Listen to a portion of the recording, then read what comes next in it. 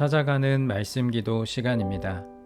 오늘도 하나님의 은혜가 성도님들의 가정과 일터와 이웃 가운데 넘치시기를 주님의 이름으로 축복합니다.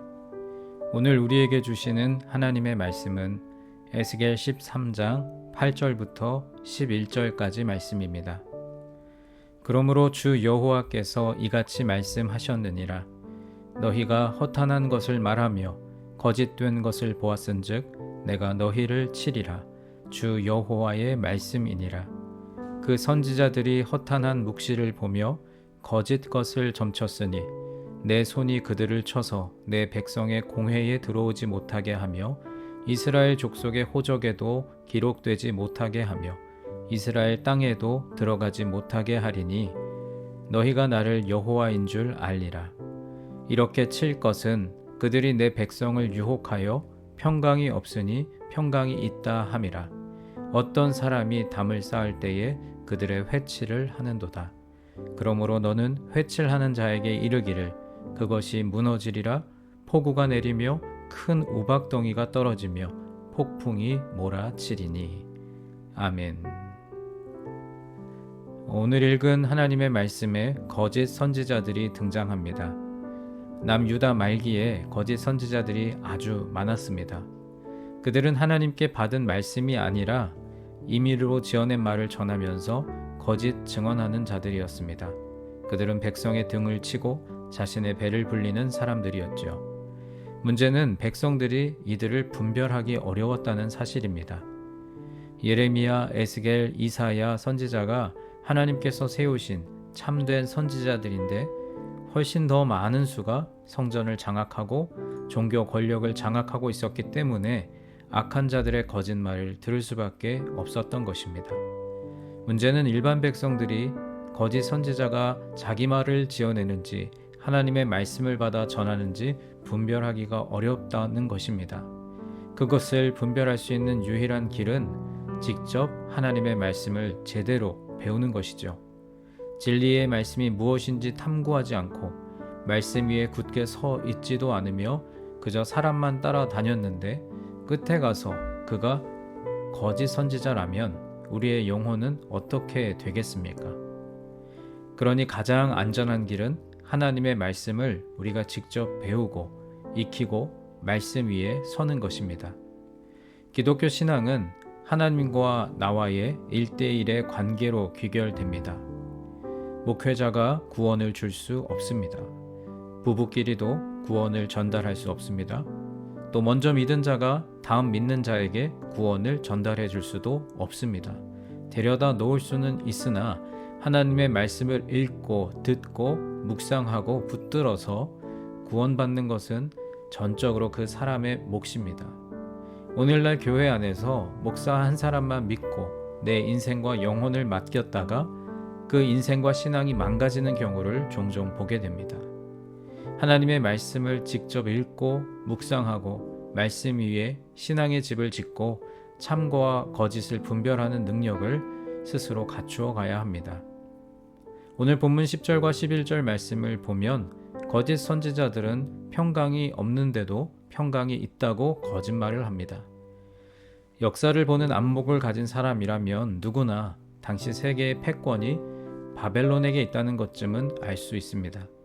하지만 남유다 왕과 백성들은 바벨론보다 애굽을 의지했습니다. 하나님께서는 바벨론도 애굽도 의지하지 말고 하나님을 의지하라고 말씀하셨습니다. 예레미야는 하나님을 의지하지 않을 것이라면 목숨이라도 부지하기 위해 바벨론을 붙잡으라고 했지만 그들은 예레미야의 말도 듣지 않았습니다. 바벨론의 포로로 잡혀간 상황에서는 그들은 여전히 애굽을 의지하며 평강을 말합니다.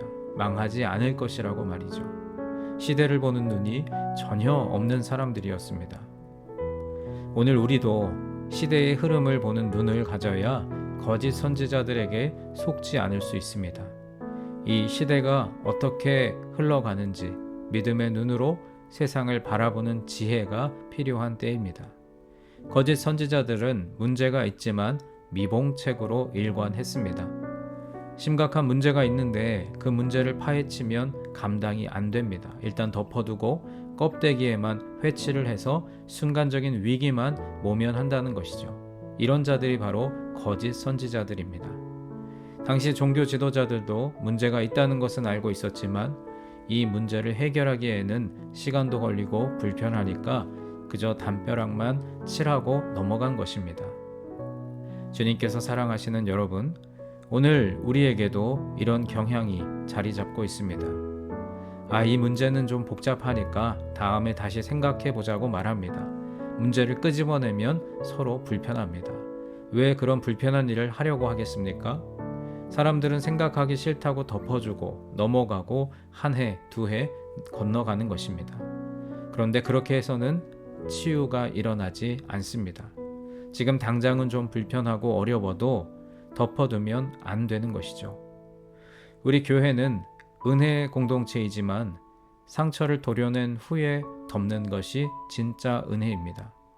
상처를 도려내지 않고 덮어주기만 한다면 결국 썩게 되고 생명까지 위협을 받게 됩니다.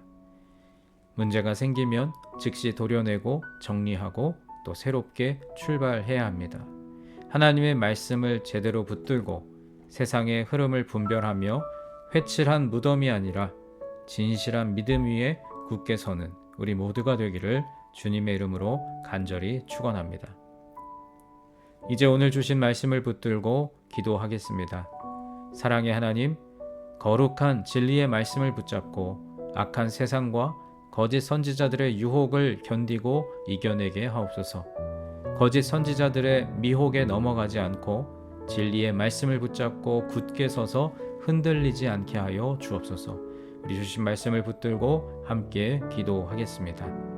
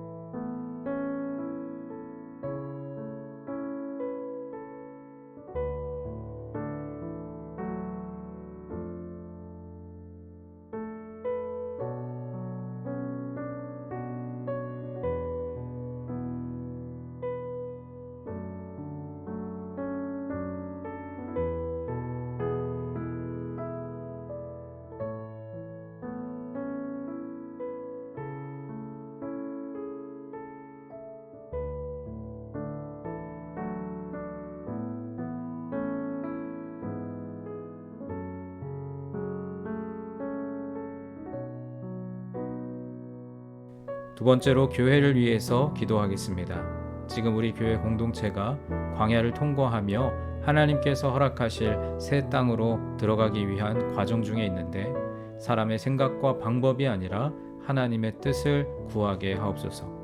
교회에 세우신 리더들이 여러 변화의 상황 속에서도 요동하지 않고 한마음 되어 교회 공동체를 잘 섬기고 이끌게 하옵소서.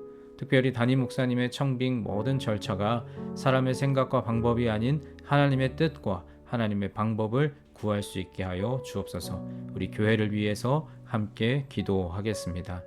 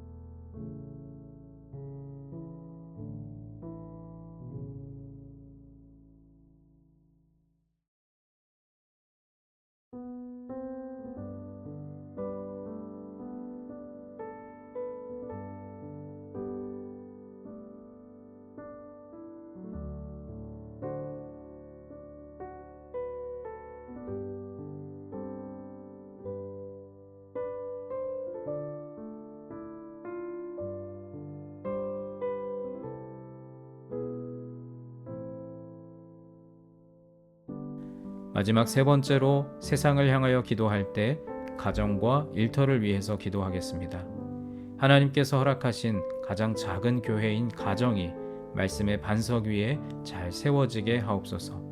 가정에서 하나님의 사랑과 은혜로 충만해져서 각자의 일터와 학업의 자리로 나아가 하나님의 자녀답게 선한 영향력을 끼치는 하루가 되게 하여 주옵소서. 우리 함께 기도하시며 여러분 각자 가지고 나오신 기도의 제목들 주님 앞에 아뢰시면서 오늘도 삶의 자리로 나아가겠습니다. 기도하겠습니다.